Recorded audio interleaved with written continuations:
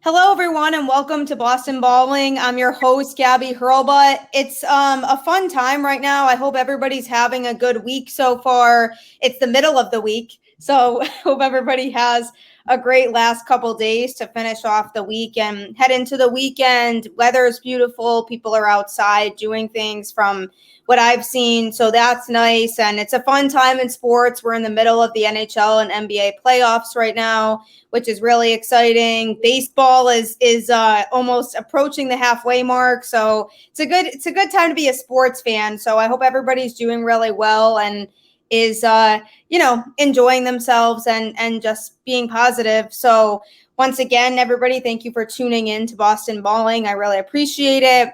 I am pleased to introduce my guest that I have with me tonight. He's one of my good friends. I've been on his show a few times and we've gone back and forth about sports stuff on social media, and he's just a really fun and knowledgeable person to interact with. So Nithin Ramachandra, how are you doing today? Thank you for joining the show. Thanks for having me on the show, I should say. And it's truly an honor. And like I said earlier before you started this live, you're one of the best out there, in my opinion, and your show is the best. And everybody who's tuning in right now, go follow her because she does amazing stuff. So, but I just want to say thank you for having me on the show, and let's get started. I'm ready.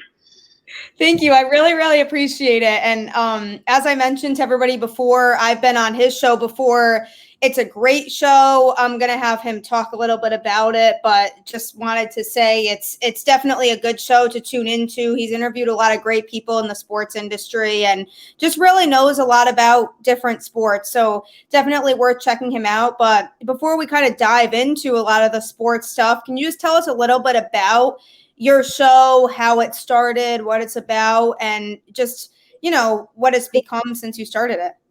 Yeah, so it's been over a year since I started this, and when obviously last year we went through a struggle with the pandemic, and hopefully this year some positive things are coming. But when the sport shut down and all my friends had nothing to watch or nothing to do, and all my friends said, you should start something like a show or like a podcast. I said, okay, let me, and then actually my my friends made me start this, and it's a good thing that they told me to, but because it's growing. But so when the sport shut down, when everything shut down, and no one knew what's going to happen, and I took full advantage of it, and started the show called the NO Hour. And actually, one of my friends, she came up with the name for me. So it's the NO Hour is basically the name. One of my friends gave it to me. So it's truly an honor that my friends helped me out starting the show. And I started myself, obviously, and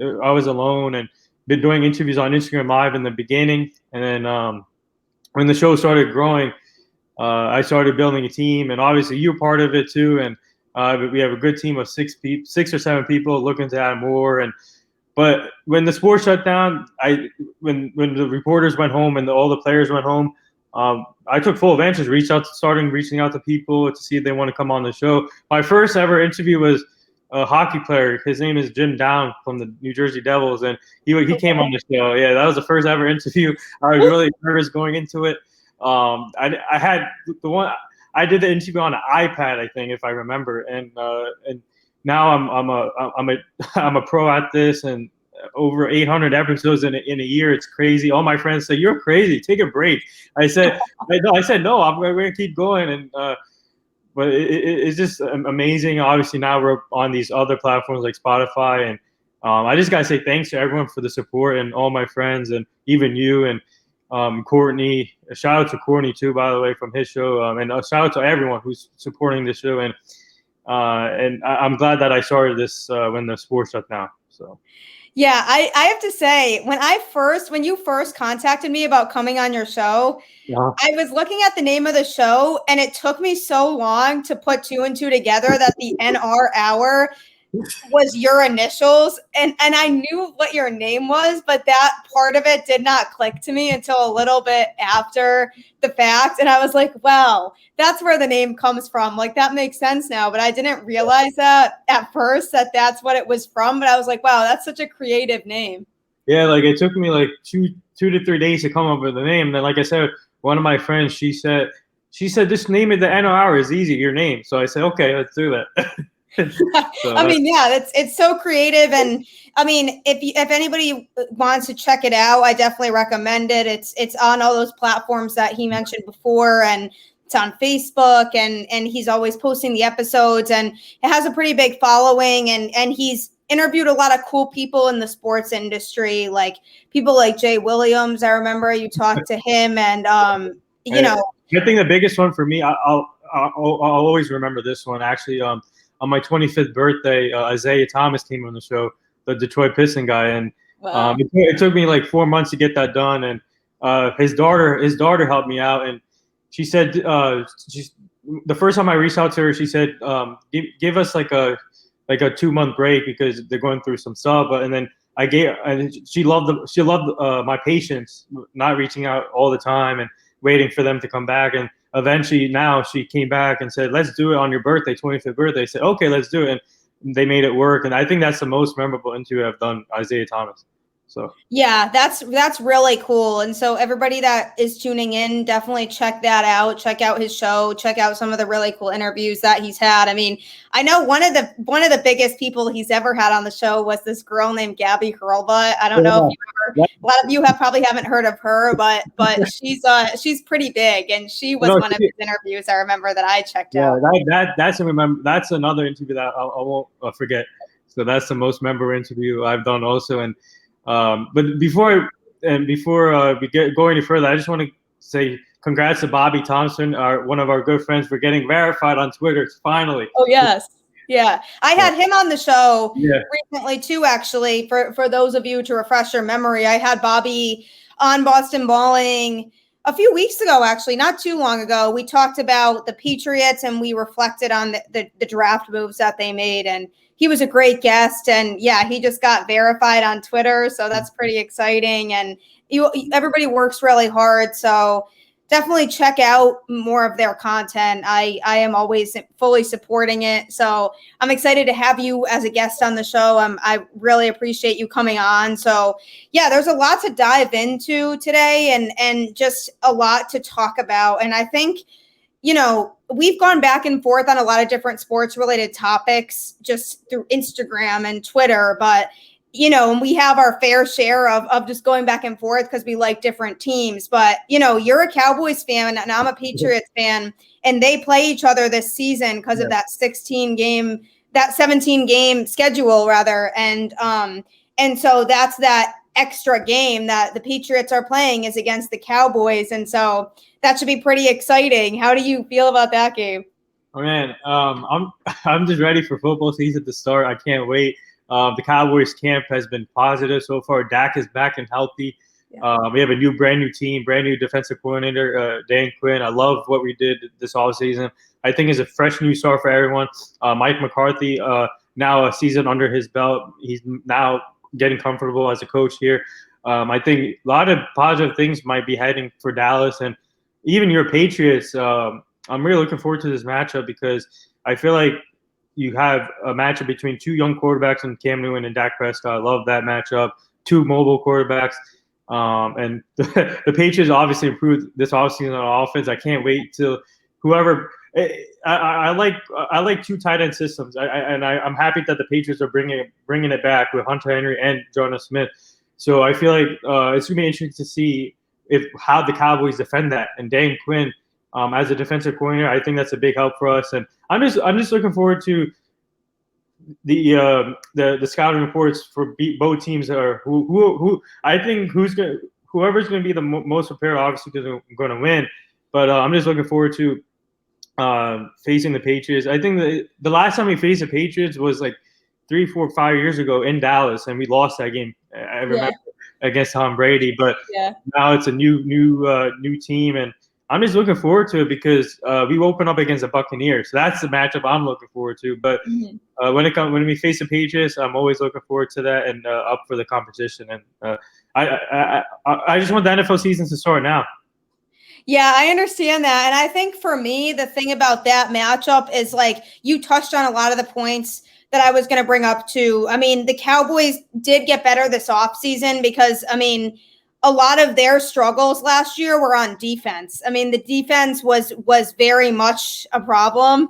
And so they addressed a lot of their defensive issues in the draft. So I think it's going to be interesting seeing a lot of those rookies coming in and see if they can step it up. But also, like you said, I mean, Dak Prescott's going to be back, and I think that that's going to make a huge difference to the team this year. I mean, they came pretty close to being right in the mix for winning that division last year, and they didn't even have him. So, I mean, obviously you have the Giants, who got some solid pieces in this offseason too, and Washington is Washington, and then the Eagles are kind of just nobody really knows like what direction they're heading in, because they're kind of in a situation right now where they're just stuck.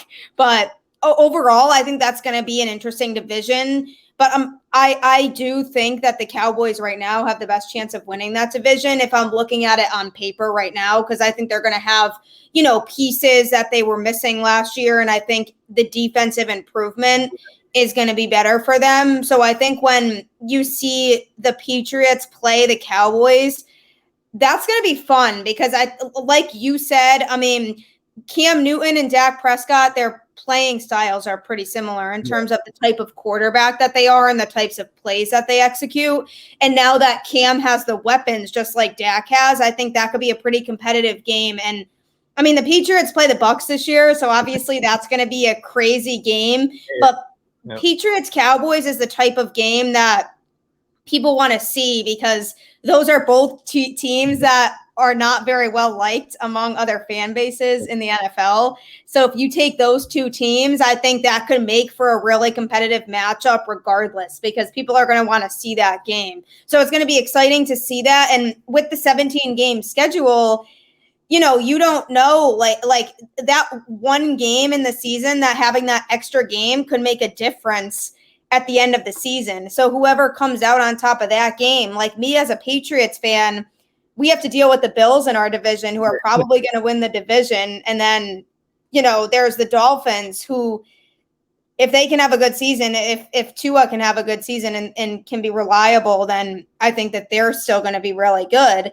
So if I'm a Patriots fan, I'm hoping to just get a wild card spot and get into the playoffs. So I'm looking at that game against the Cowboys, and it's like, yeah, this game, like, even though it's earlier on in the season, could be an important game because of later on when it comes to the standings later on. And it's like having that added week could be really important. So we need to address that game like every other game and be like, yeah, this could be, even though it's earlier in the season, this could be the difference maker because we got that extra game. Yeah. The one concern though I would have for the Cowboys is the backup quarterback position, and I'm really concerned about that because you don't know. Obviously, Dak can get hurt again. We have Ben DiNucci, his name, but I'm not really confident in him. So we need to get a backup quarterback, in my opinion, somehow in some way. But all in all, the team looks good in camp so far with rookie minicamp and OTA starting, and I'm looking forward to it. And the one question though for your Patriots, I wonder how long a leash will Cam Newton have, and wonder if Bill Belichick will bring in when will Bill Belichick bring his son in, Mac Jones, the way he walked. Remember the walk he did? Yeah, everybody talks about that too. The walk that was all over Twitter because he walks very similar to Bill Belichick when he was going up when his name was called at the draft, and everybody was comparing those two videos. Yeah, I think my question is though. I mean, obviously Cam Newton, I love Cam Newton, and obviously he has no excuse with the weapons. But if he starts off slow in the beginning, I wonder how long of a leash will he have with Bill Belichick.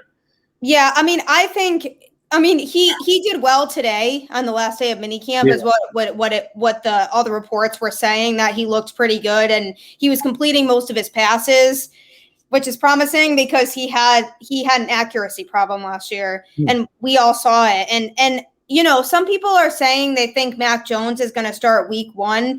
I do not see that, because knowing Bill Belichick and the type of coach he is, he's not the type of coach to throw in a rookie week 1. I do think, and you know, maybe I'm wrong about this, but I really personally think that he's not going to throw him into the fire right away starting week 1, and he's going to want to give him time to sit and just really develop before he starts him.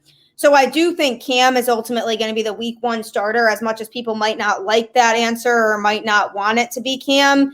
I just, with the way that Belichick approaches things, I do see Cam being the starter because at least he has the experience with the team. And now he'll be approaching his 2nd year in the Patriots system. So I do think Cam starts, but to your point, I think I would not be surprised if a few games in, if Cam is not performing, that he pulls that leash and we start to see Mac Jones start games earlier than maybe people think. Because I think Bill now, obviously with all of the money he spent in the offseason and the moves he made, he wants to win. And he wants to come back after last year and actually be a Super Bowl contending team. And so I don't think he's going to mess around with the quarterback stuff. And he cut Cam a lot of slack last year, and I think it was because of the circumstances.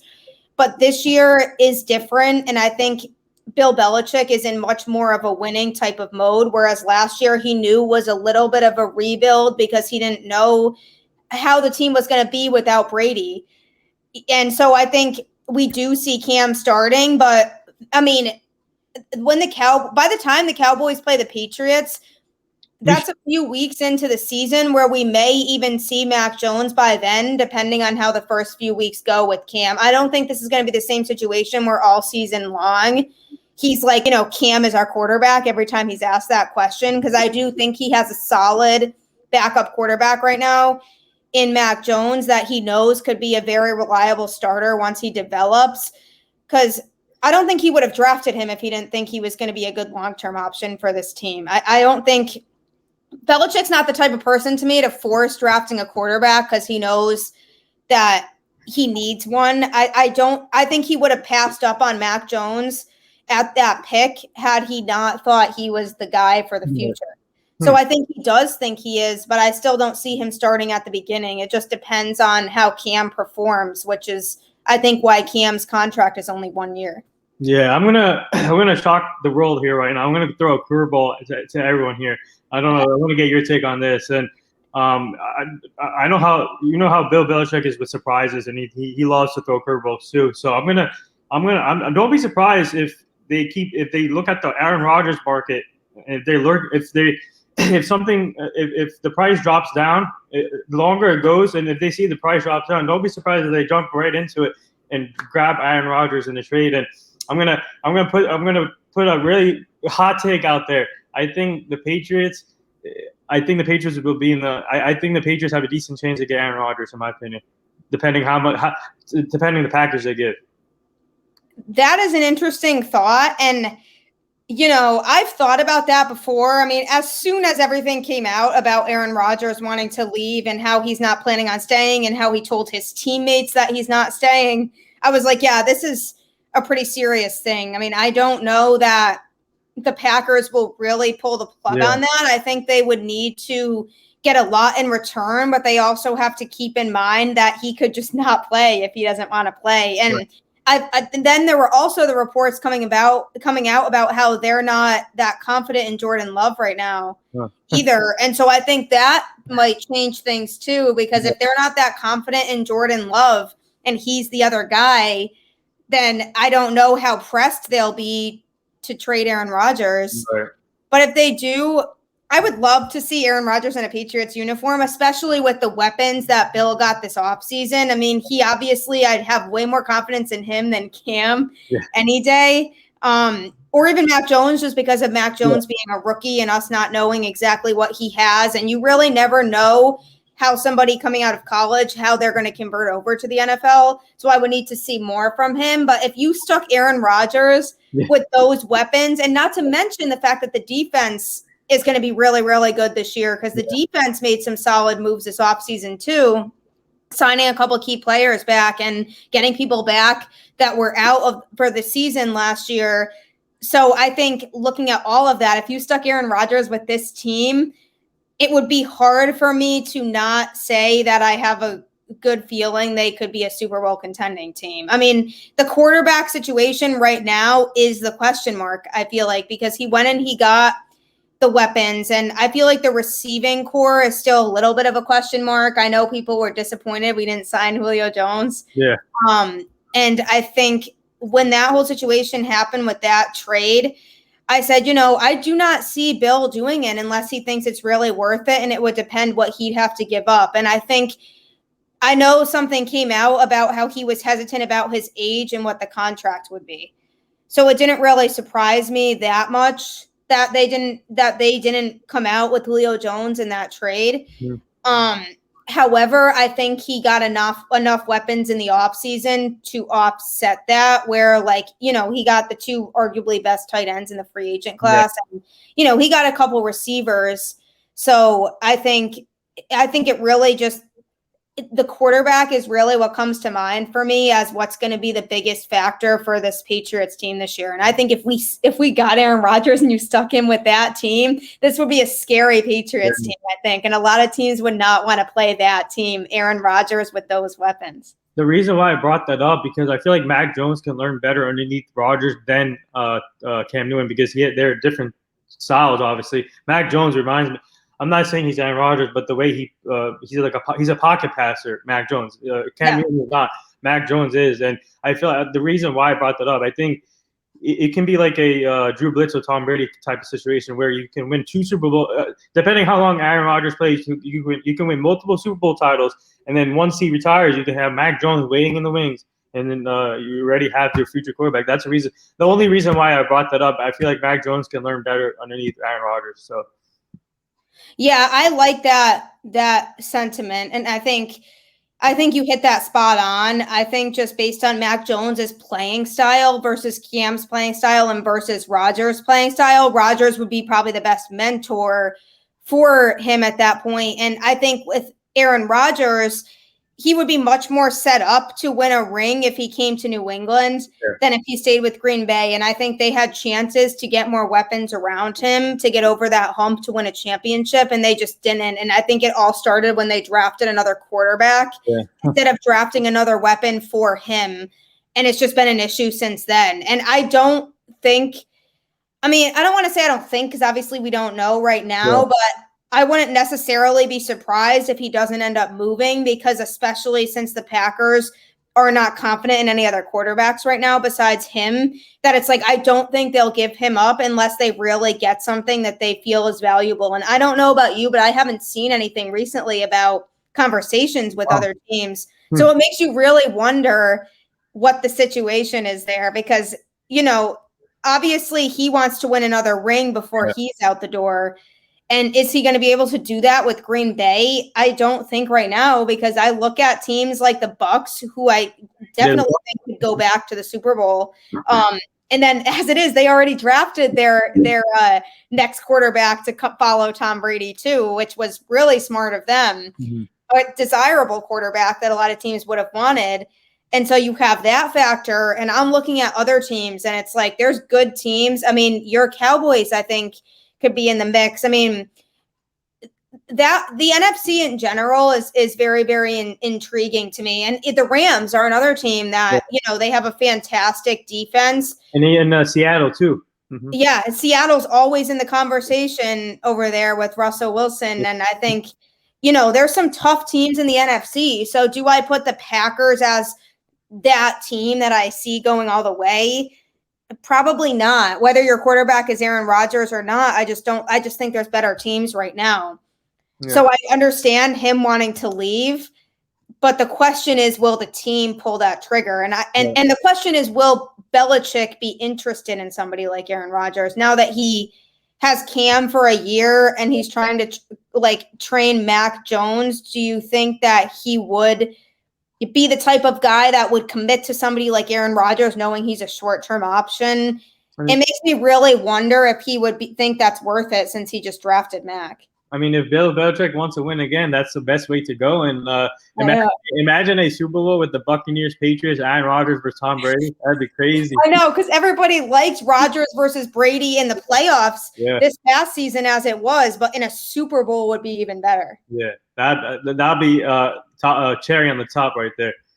I think there's a possibility, and I think that Belichick would look into it. I definitely don't think he would just rule it out altogether. But that would be a very, very scary team if Aaron Rodgers comes here. And I think the Patriots could seriously give the Bills a run for their money if he's here. I still think they can, even if he's not. But I think if he does come here, that's going to be a scary Patriots team. And people are going to be like, this is the Patriots team once again that nobody wants to face. And Belichick, I mean, you know, he's the type of coach that he's not really about doing full rebuilds as we saw. I mean, that was already proven through this offseason already during free agency when he signed all those players. He's less about, you know, just drafting people and building from scratch. He'd rather fix his team and the holes on the team by just signing free agents or trading for players that are veterans that have experience. That's just always kind of been his style. Yeah. And when he had Brady as his quarterback, he never needed to worry about the quarterback situation.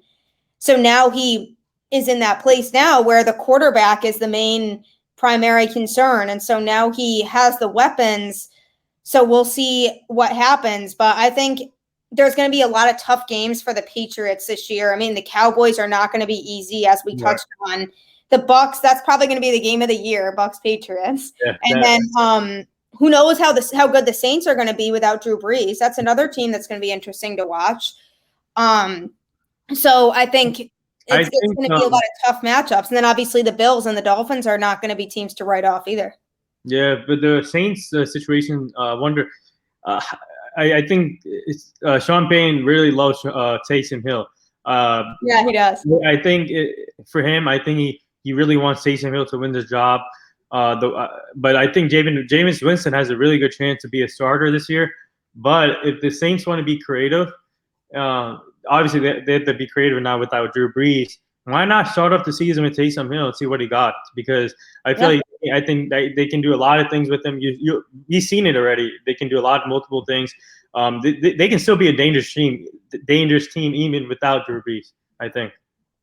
Yeah, I think they can because they have weapons that Brees had around him that helped him to succeed too. And obviously Brees is a fantastic quarterback and the league's not going to be the same without him. But I agree with you. I think it might be in their best interest to start him and see what he has, as opposed to Jameis Winston, who we already are pretty familiar with his stuff and what he has. And I have a friend who's a Saints fan, and he is not thrilled about Jameis Winston starting. He thinks that they will not be able to be successful with him, and he would rather see Taysom Hill start too. So I think that might be beneficial because, you know, let's just give this person a chance and see what he can do, because he might be and is most likely probably going to be the longer term option for your team as it is. So why not just have him play and see how that happens and see what he can do, you know? They have another quarterback waiting in the wings.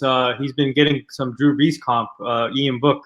Yeah, when they drafted Ian Book, I said, I feel like that's going to be an absolute steal for the Saints. I think he's somebody that could really fit in there. And once he really develops, he might be the guy, you know, but obviously not this season, because I think they have enough. They don't need to rush him into starting when he could really develop in the system and become a really good quarterback. But I actually think Ian Book, based on his playing style in college and him being drafted by the Saints, I actually think that could be a really good situation for him long term. Especially learning with underneath Sean Payne, perfect fit for him, learning it underneath Sean Payne. So.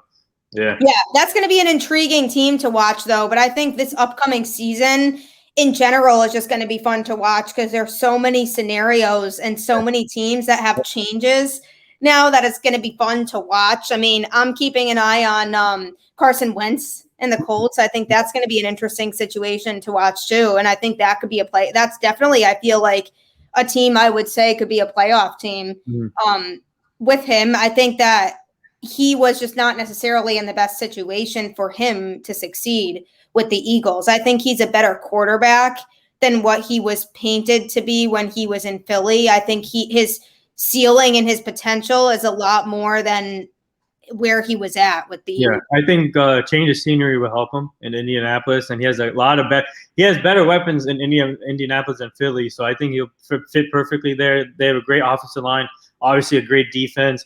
A great head coach in Frank Wright. I think being back with him will give him a boost of energy. I think him perfect fit for Indianapolis. I love it.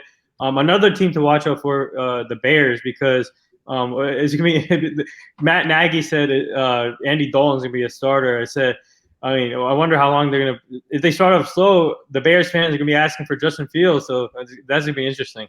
So. I know. Yeah. I mean, when I saw that, I was like, I don't know about that move. I mean, having Andy Dalton as your starter, we know has not really turned out to be successful for teams. So that's going to be an interesting one to keep an eye on as well. And the Bears, I mean, they have a great defense. They've had a great defense for years that really could be a championship caliber defense. They've just never had the offense to go with it. And so I think it's just going to be interesting for them. And if it works, it works. But I'm just not really confident in that move right now. Yeah, it's going to be interesting to see. I'm really pumped up. I wish the season started now. But. I know, me too. I mean, with all this football talk, yeah. I'm definitely ready for the seasons to start.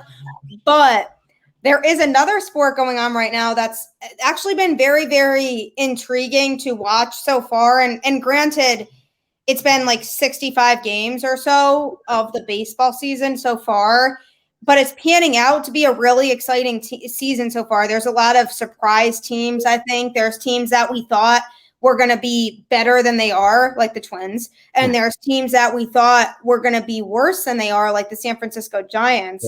Yeah. And so I think there's been a lot of surprises, but there's also been teams that are kind of where we thought they were going to be. I mean, I would even throw the Yankees into the category of being a team that we thought were going to be better than they are. And this is why I wanted to kind of switch gears to baseball, because you being a baseball fan and, you know, being a Yankees fan, unfortunately for me, have been, you know, just keeping an eye on the Yankees and everything. And just – what are your thoughts on the AL East in general? Because for me, I said before the season started that I could see the AL East being a 4-team race between the Rays, Red Sox, Yankees, and Blue Jays. And so far, like, I mean, you know, it's kind of panning out to maybe relatively be that way. I mean, I knew the Orioles were kind of not going to be in the mix, but I kind of saw the other 4 teams being competitive with each other and having a race to the end that might include those 4 teams. And right now you kind of have the Rays and the Red Sox, and then there's a bit of a gap, and then there's the Yankees and the Blue Jays, but there's so much baseball left to be played that I still really feel like the division is so up in the air right now. Yeah, I mean, right now the one surprise, obviously your team is a surprise, the Red Sox. Yeah, I would say that too.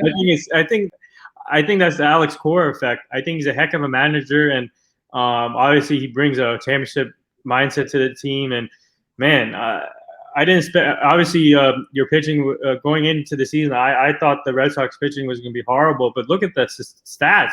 The pitching has been amazing, and Chris Sale on the brink of coming back, and that could be your biggest deadline equation. Chris Sale, and you have a great bullpen. I love Matt Barnes. He's a great closer, and your offense. Obviously, you guys can hit the ball. When you guys swept us, we couldn't stop your offense, and I feel like the Red Sox, I can see a 4-team race, but I think it's going to be between the Rays and the Red Sox. I don't really feel confident by Yankees. I mean, we won yesterday against the Blue Jays, but still, this team. That was a good win, though. They came from behind and won. Yeah, it's like this team has no energy. Sometimes they're inconsistent up and down.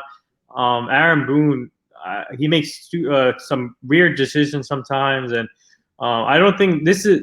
I just want the 2017 team back, where they had all the energy. They didn't expect. No one expected us to make that year, the playoffs that year, and we did, and exceeded every expectation. We don't have that same kind of team, like the Red Sox and the Rays. The Rays, I expected the Rays to compete. The Rays are amazing. The way they built their team, but as of right now, I don't feel confident with the Yankees, and obviously that can change, like you said, long ways to go. And then whatever teams make what moves are made in the trade deadline. And if Chris Sale comes back, I think if he's healthy enough, that can give you guys even more of a boost in that division. But the AL East is a no joke. It's a tough division. Anything can happen in there. But right now, to be honest, for me, is the Rays and Red Sox right now, as we speak. Yeah, and I think, you know, from what we've seen so far, obviously that is what it's looking like it could be. And with Tampa Bay, I mean, I never want to discredit them. Like, I never want to rule them out because somehow, even though nobody knows exactly how, they always find a way to be competitive. And you look at how that team is constructed, and it's like, how? I don't understand. But now Tyler Glasnow is injured. Yeah, and he's their number one pitcher. So I feel like that maybe that could impact them. And it's really sad. I hate to see that happen to people, and it's just really sad to see that happen. But I think just, that could actually be a factor in how the Rays do, and at least until he comes back, because I don't know how long he's going to be out. Yeah. So that's a factor. I think a lot of people, when it comes to the Red Sox, are saying, yeah, the Red Sox should trade for pitching at the trade deadline. But you have a pitcher in Chris Sale who looks like is probably going to be ready to come back after the All-Star break, that you might not even need to trade for a starter, because if you add Chris Sale, because the rotation right now is already staying afloat. So if you add Chris Sale to the rotation, then that could be scary. I mean, the thought right now is that maybe he starts off in the bullpen before easing back into the rotation, just so he can kind of return and start to just get some reps and not pitch as many innings, maybe be like a 7-8 inning guy before Matt Barnes comes in. And we've seen Adam Ottavino in that spot, and we've seen, Darwinzon Hernandez has been pitching there too, and they've been pretty good. I mean, I do have to give Ottavino some credit, because when he first got here, he struggled and he would walk a lot of hitters and he would just blow leads early on in the season this year. But he's gotten consistently better over the last few weeks, I'd say. Like, what we've seen from him lately has been very good. But if you had, if we could get a starter that could go 5 innings, which, I mean, ideally 6, but a lot of the starters lately have not been able to go more than 5 innings. Then you have a lot to choose from, because then you could go to like Garrett Whitlock or Darwinzon Hernandez, and then if you add Chris Sale to that mix too, that would be scary. And I wonder, I mean, I know people want another starter for the Red Sox, and they would like to see somebody like a Max Scherzer here, but at what cost would that be? Because Chaim Bloom came in and he started really rebuilding this farm system, and he got a lot of good prospects out of the Mookie trade, and then everything he's kind of done since then. He's gotten some good prospects that could really step up and be good for us in 2022 and 2023. So how much of that do you really want to give up for a Max Scherzer rental? Because right now I'm kind of on the point where it's like, maybe we just have Chris Sale come back, don't make any severe pitching moves, and kind of see where that gets you.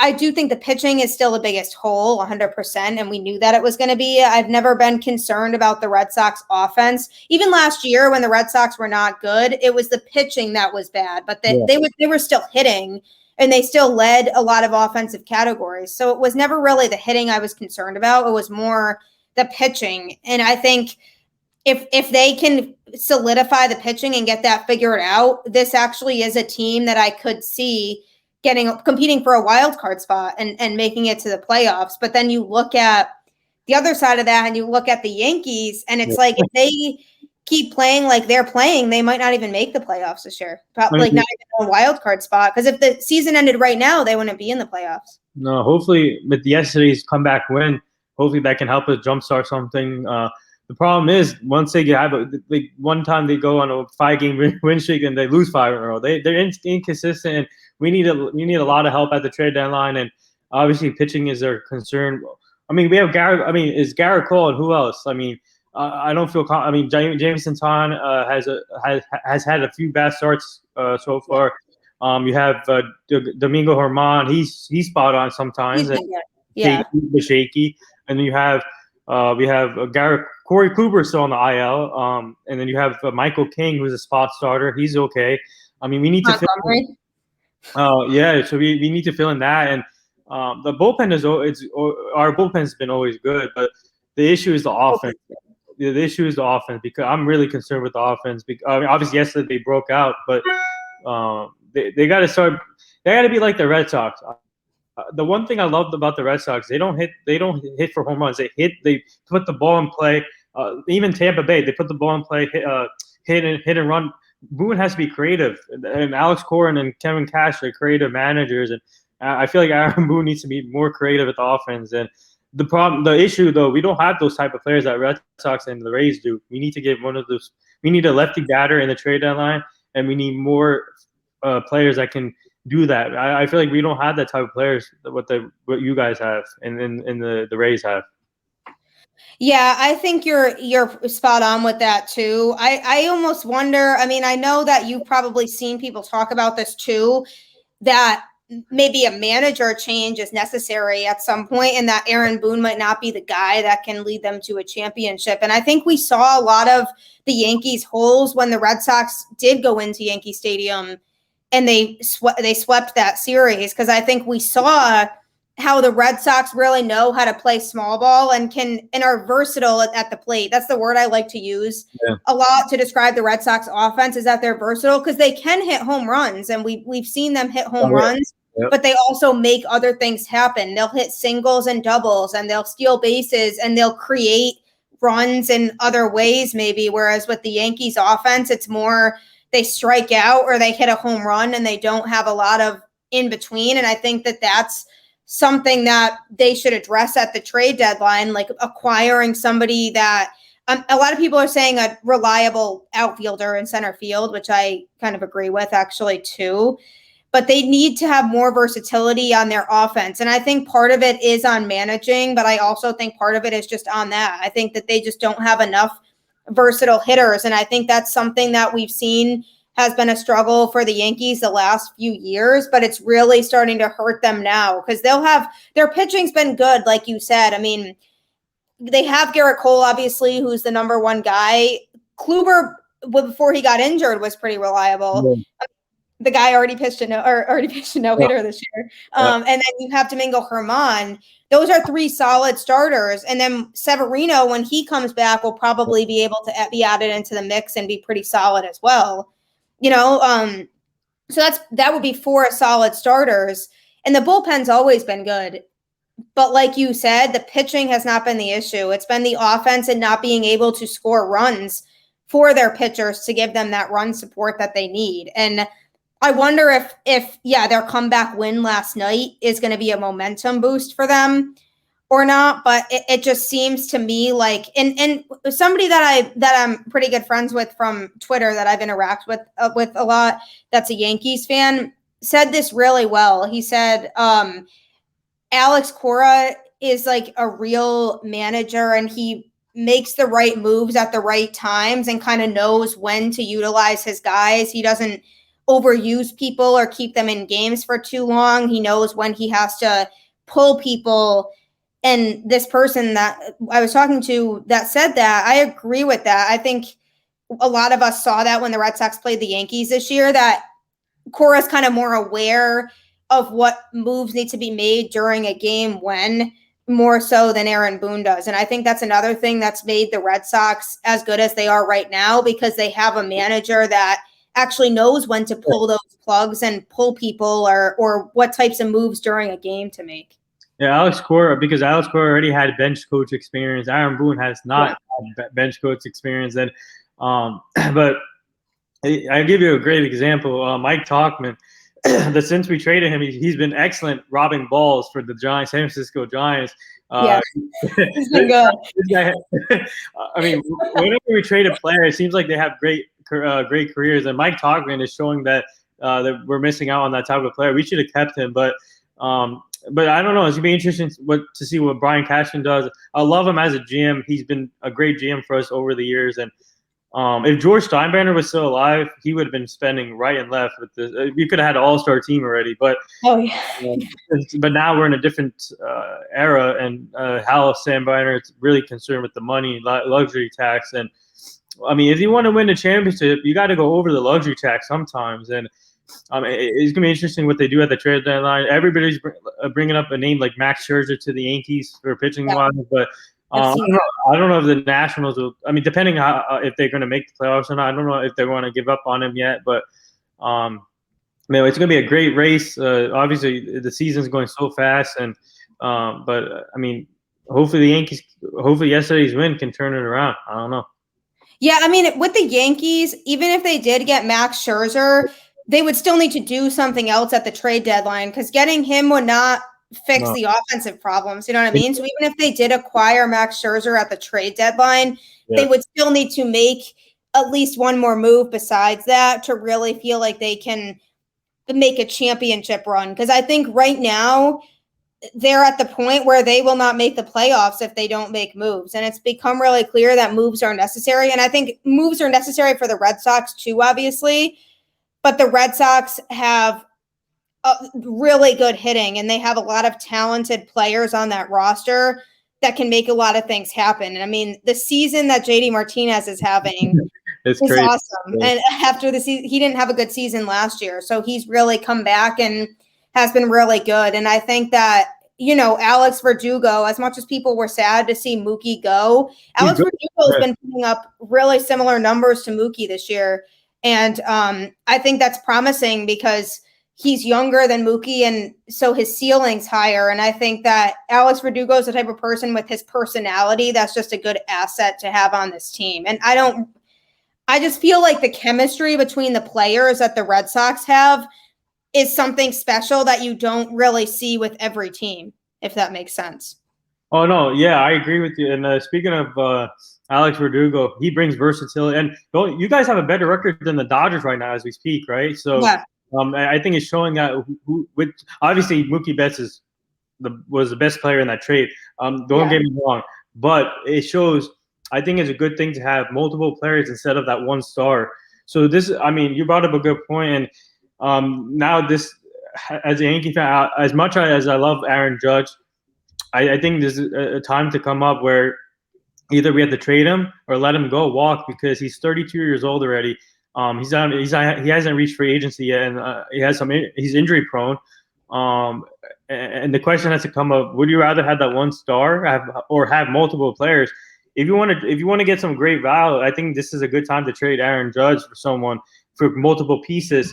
I know everybody wants a star player, but when it comes, I think for me, I think it's good to have multiple pieces on a team that are gritty, that want to win a championship. Obviously, Judge wants to win, but I'm saying if you have multiple pieces on a team, I think that's a better way to go. And the question is, I think at some point we need to either trade Aaron Judge or let him walk in free agency. As much as I love Judge as a Yankee fan, I think we need to let him go because I think we have another outfielder waiting in the wings. His name is Jason Dominguez. So I think everybody says he's the next Bryce Harper, but I think it's like you guys made a tough decision on Mookie Betts. I think it's time for the Yankees to start talking about Aaron Judge. So yeah, because that obviously it was so sad for all of us to see Mookie go, because it's Mookie Betts and you're probably not going to get that type of talent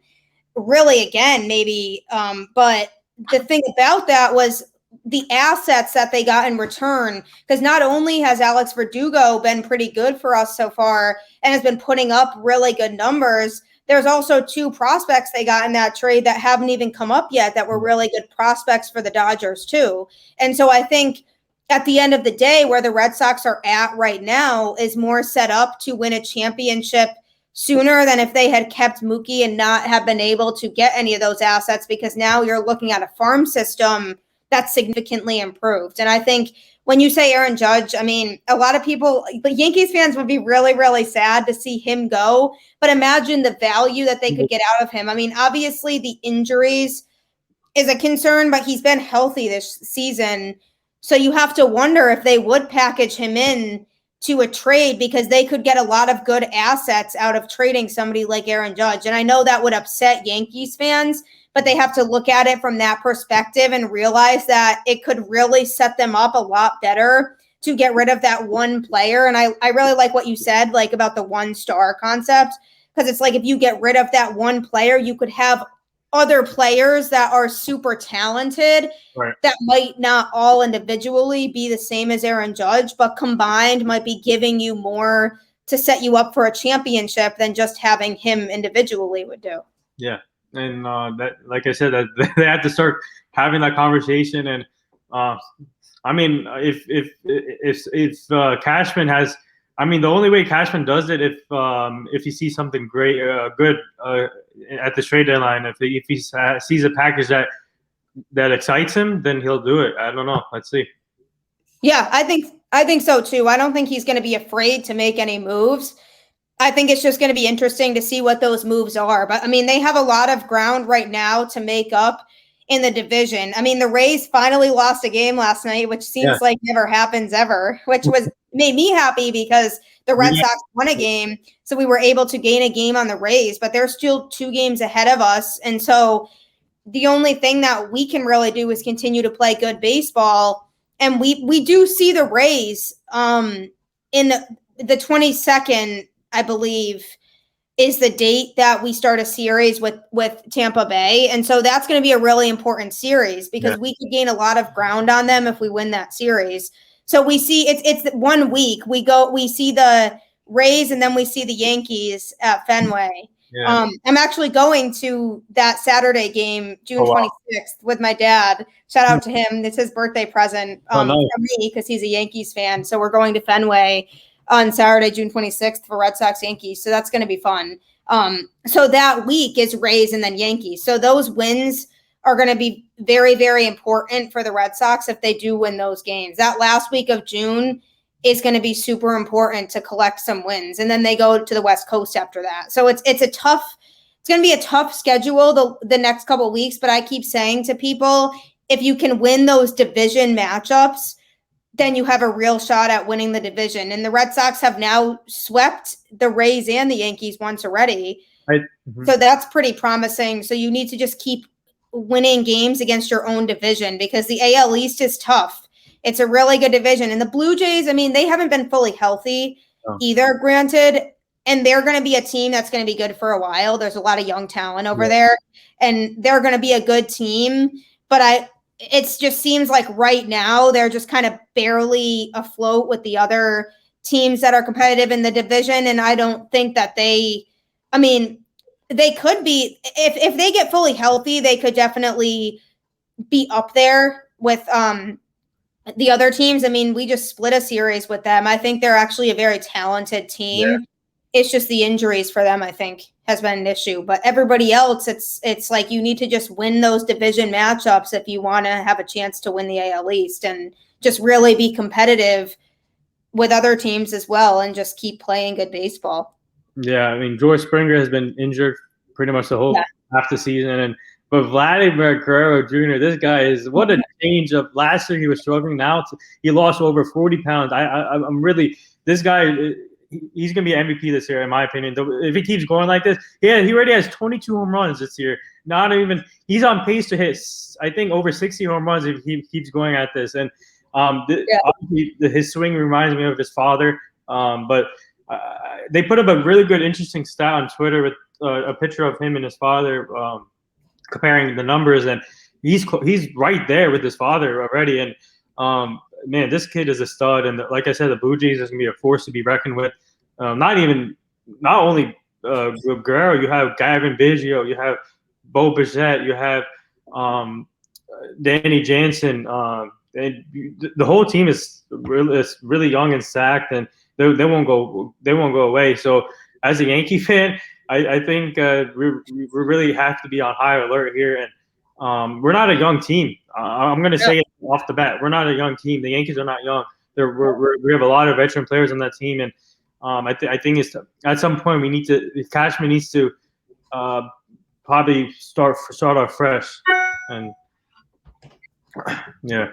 Yeah. I mean, and you're kind of preaching to the choir with that one, honestly, because I think you're on the right track when you say it might almost be time. If they can't go all the way this year, it might be time to have that consideration and be like, maybe we should just start trading people away and just rebuild, because if we can't win with this team as it's made up right now, then we might as well just start trading people for some young prospects and kind of just start to rebuild the organization. And as frustrating as that might be to fans, eventually that needs to happen, because otherwise you're just going to be stuck in this state of getting close and not being able to finish the job every year. I mean, I understand how that goes too with my Celtics and Bruins. So eventually you need to get to the point where you're going to just decide like this is what we're going to do. We're going to go all in and we're going to rebuild. And I feel like the Yankees might be getting close to that point where they have to just make that decision and run with it.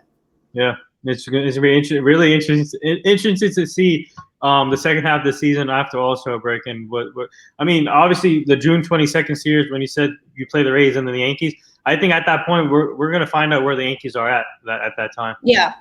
I agree with that too. I mean, I don't even know what date it is today, but it's like next week or something like that. So yeah, we have a couple more series and then it's the Rays and then the Yankees. And I think you're right. I think it's going to be a real test to see where everybody's at in the division with all of those teams playing each other. And that whole week playing the Rays and then playing the Yankees, for me as a Red Sox fan, I'm looking at that as a really important week right now, because if we can take 2 of 3 from the Rays, and that's really telling that we can compete with the division. And then the Yankees being after that, I mean, we'll see. I mean, we didn't face Garrett Cole the last series we played you guys either, so we might face him this time. I mean, I know he pitches tonight in the Blue Jays game, so we'll see how that one goes too. But I think the Yankees there's some things that they need to address, and those should be addressed before the trade deadline, and then we'll see where you guys are at. But next week, sorry. So next week, you guys have to treat that as your playoff games next week.